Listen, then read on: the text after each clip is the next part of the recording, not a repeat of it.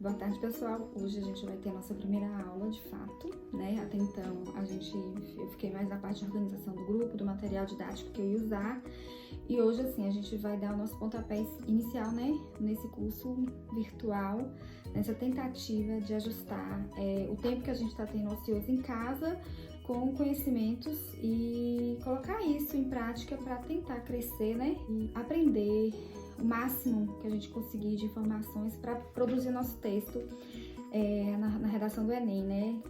Claro que o ano de 2020 é um ano cheio de desafios e o Enem, que já é um desafio por si só, já é uma prova difícil em qualquer momento, quanto mais bagagem a gente constrói, quanto mais a gente se prepara para ele, melhor. Até então, a informação que se tem é que é uma prova que não vai ser adiada, mas a gente ainda tem uma esperança, né? Mas vamos trabalhar com o que nós temos em mãos. O que é a redação do Enem, né? Como que funciona esse texto, como que é o formato, o que é exigido, o que é cobrado. A redação do Enem é um texto argumentativo, é um texto dissertativo argumentativo, um texto onde eu tenho que colocar o meu conhecimento, eu vou dissertar, eu vou escrever argumentando sobre o assunto que vai ser abordado, sobre o tema proposto.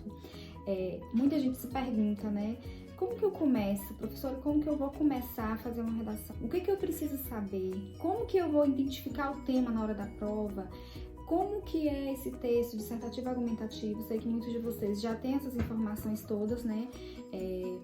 Pelo tempo de escola, alguns alunos já concluíram o ensino médio, já estão em cursinhos, outros alunos já estão em alguns cursos, né, na universidade, mas assim, é importante eu relembrar porque tem alunos que ainda não estão, né? Qual é o formato desse texto, qual é o formato dessa redação? Poesia em prosa?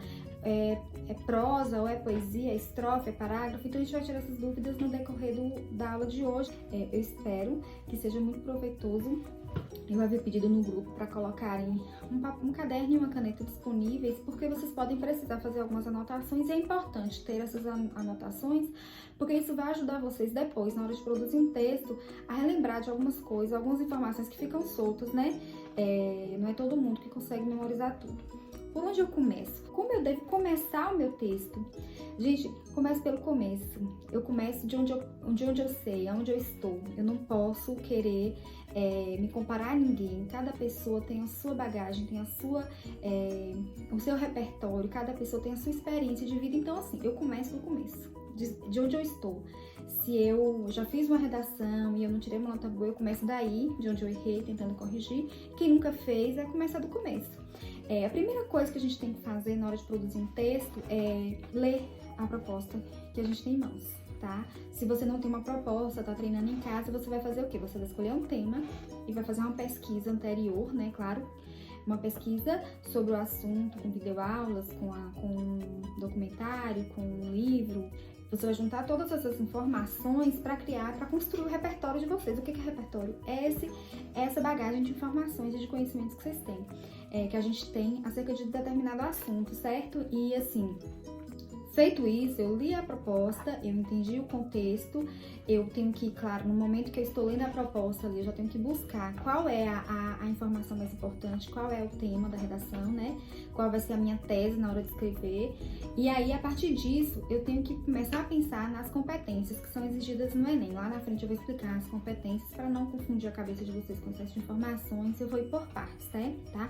Feito isso, eu avalio a estrutura do texto e com essa estrutura que eu tenho, que é introdução, desenvolvimento, conclusão, eu sabendo o que é cada uma dessas etapas, eu vou começar a fazer rascunho, que pode ser mental ou escrito no caderno. Como vocês estão ainda em fase de treinamento, a gente está treinando só, a hora de treinar e errar e acertar e errar e até agora.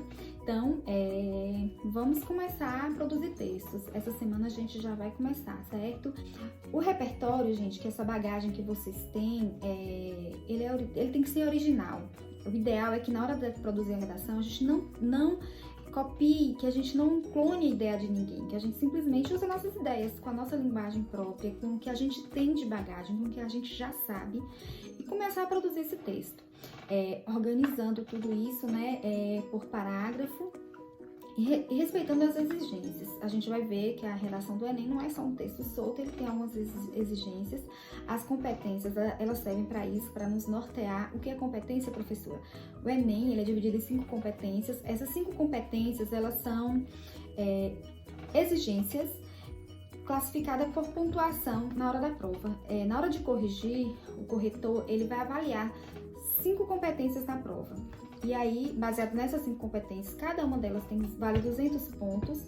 E aí eu faço um apanhado para concluir uma nota fechada, certo? Então, lá na frente eu vou explicar direitinho essas competências, tá? É importante, gente, lembrar que para tudo que a gente vai fazer na vida, a gente tem que criar uma rotina, a gente tem que se organizar, criar um roteiro. Pega um caderninho, esse caderno que vocês separaram, na primeira página, na segunda. Coloca uma rotina do que vocês vão fazer, do horário que vocês vão parar por dia, para estar se dedicando, né? Pesquisando, lendo, tempinho. Celular é uma coisa que a gente usa para 1000 coisas, e uma delas é isso, para pesquisar. Eu assisto muito aula no YouTube, eu assisto muito documentário. Então, isso tudo nos ajuda. O repertório que a gente tem na hora de produzir texto é construído por isso, pelas nossas vivências. Todo mundo tem uma vivência na escola, na família, na igreja, na sociedade, com um grupo de amigos. Essa vivência cultural na comunidade. Quem é indígena, por exemplo, tem uma construção cultural indígena, né? Quem é quilombola vai ter mais voltado para a questão quilombola. Então, assim, essas vivências todas unidas, elas vão formar o nosso repertório. E livros que a gente leu, filmes que a gente assistiu, tudo isso vai nos ajudar. Histórias que a gente ouviu ou que a gente contou, o nosso currículo escolar, tudo isso vai contribuir na hora de produzir o texto, porque são essas informações que eu vou usar ao máximo para ser original, para ter autenticidade. Eu acho que uma das coisas que o Enem exige é autenticidade, clareza, coerência, você não copiar o texto de ninguém, não copiar a ideia que está lá na proposta. Você vai usar aquilo como norteador, mas é a sua informação que conta, é o que você vai dizer ali. E assim, o corretor, ele sabe, na hora de corrigir a redação, se o aluno está sendo original, porque pela linguagem que o aluno usa, ele sabe se aquela palavra faz parte ou não do vocabulário do aluno. Professor, então eu não posso usar um vocabulário mais rico, um vocabulário mais formal? Sim, né? Tem que ser, mas você tem que saber o que significa, você tem que saber o que quer dizer aquele vocabulário, você tem que ter conhecimento, não só colocar uma palavra porque ela é bonita, ela tem que se enquadrar no contexto, ela tem que falar por si, junto com o contexto.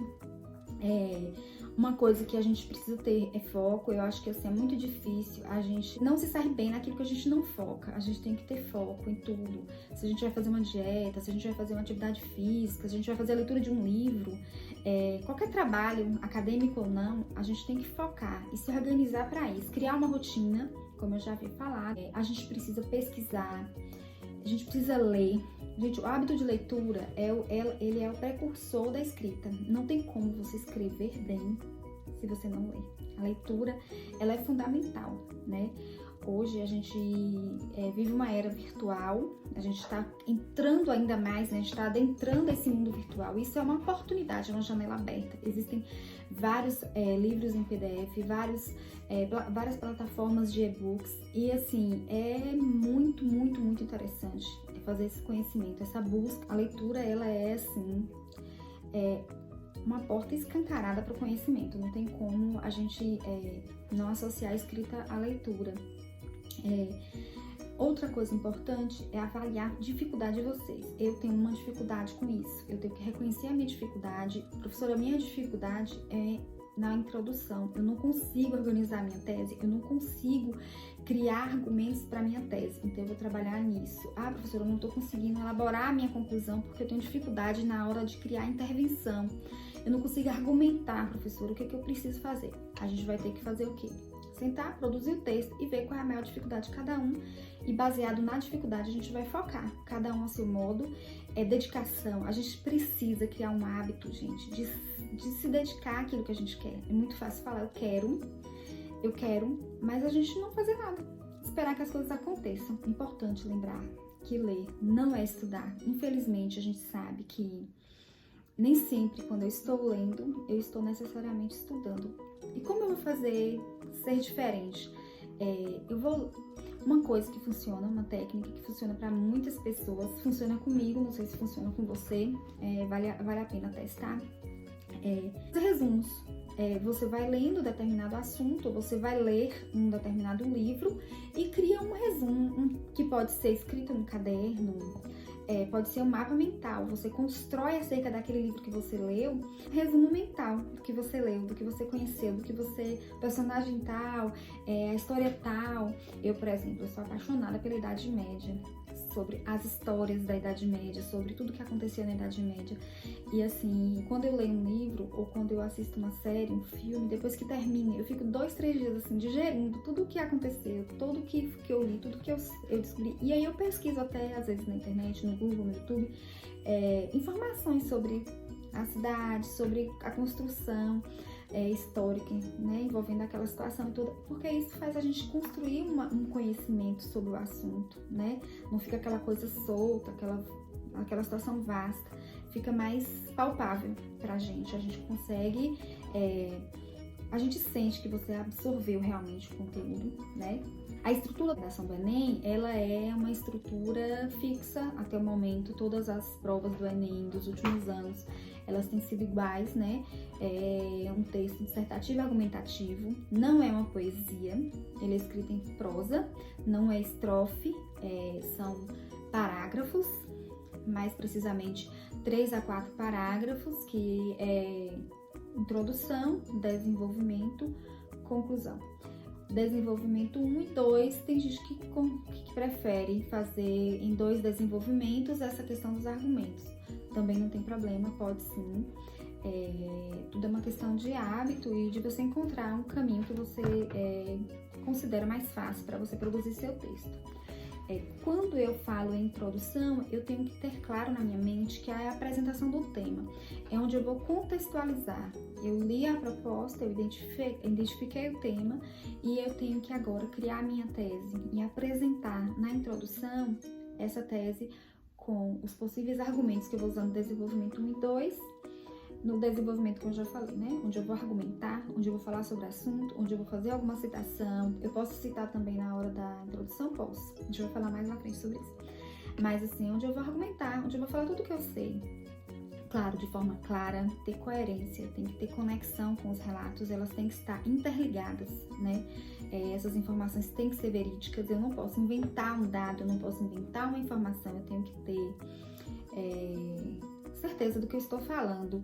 E se eu for dar algum dado, uma fala de alguém, uma citação, eu tenho que dizer a fonte, eu tenho que dizer onde que eu vi e onde tem aquela informação, né? A conclusão é o momento da retomada, né? É onde eu termino meu texto com uma intervenção ou 2. Se eu colocar 2 argumentos, é interessante até usar 2 intervenções. Eu posso usar uma intervenção que abranja os 2 argumentos. Na hora da conclusão, eu faço essa retomada. Como já havia falado, como foi citado, eu retomo o texto para daí eu colocar. Na conclusão, normalmente a gente atribui essa intervenção a algum órgão do governo. Normalmente são temas sociais, não necessariamente um problema social, mas são temas sociais. A gente tem visto nos últimos anos, né? O ano passado, apesar de não parecer ter sido, mas foi sim a questão do acesso ao cinema, é um problema ainda, e aí assim, talvez não relevante para algumas pessoas, mas é uma questão social. Então, normalmente, a gente tem que atribuir isso ao governo. No caso do cinema, a gente poderia atribuir ao Ministério da Cultura, ao Ministério da Educação, ao governo federal. Então, a gente sempre descrever qual a secretaria e qual o ministério é mais voltado para a questão. Se for uma questão agrícola, meio ambiente, política, se for questão de violência, a gente vai direcionar ao ministério ou à secretaria mais próxima da situação, né? E daí a gente constrói essa intervenção. A gente vai aprender também na prática a fazer essa intervenção, como que ela funciona. Essa intervenção, é interessante que ela seja pessoal, ela seja original, seja construída por você, que você não copie de outra redação, que você não copie a ideia de alguém, que você faça, que fale aquilo que você já sabe sobre o assunto e sugerindo uma solução a médio, curto ou longo prazo, tá? Mas que ela seja execuível, ela possa ser realmente realizada. Uma possibilidade absurda, né? Eu não posso, tem que ser alguma coisa que possa realmente acontecer, que possa ser feito. E diante de, quando a gente tem essas informações todas associadas ao conhecimento que a gente já tem, a gente vai conseguindo enxergar o nosso texto, o nosso contexto, e daí a gente começa a crescer. A produção textual, ela é considerada um desafio para muita gente, porque muita gente não tem hábito de escrever. Hoje a gente vive muito no automático, na correria, a gente acaba usando o celular, né, o teclado do celular para tudo e não para escrever. É importante que vocês tenham na rotina de vocês, a partir de agora, se é o objetivo de vocês, fazerem essa redação com maestria, com o melhor de vocês, que seja dedicado um tempo na semana, um dia na semana, para vocês tirarem um tempinho para vocês construir um texto. Essa semana eu vou dar um tema livre, vocês vão escolher de acordo com a experiência que vocês têm, com a dificuldade ou a facilidade, né? Cada um, eu acho que vocês não precisam roubar de mim, vocês vão roubar de vocês, se quiserem me enganar. Vão pegar um texto de vocês, um tema que vocês escolherem e vão fazer um texto. E aí, baseado nessa construção textual que vocês fizerem essa semana, a gente vai ter uma noção do que a gente vai trabalhar, de como vai ser essa rotina. Esse acompanhamento pedagógico que eu vou fazer vai ser via WhatsApp, pelo grupo. A pessoa vai me mandar o texto, eu vou corrigir, eu vou ler. Eu não vou conseguir fazer tudo isso de todo mundo, toda semana. Eu vou escolher 1, 2 textos, 3 para estar corrigindo, para dar dando esse retorno, para poder atender a necessidade de cada um. Eu queria muito pedir para vocês colaborarem, para vocês se dedicarem.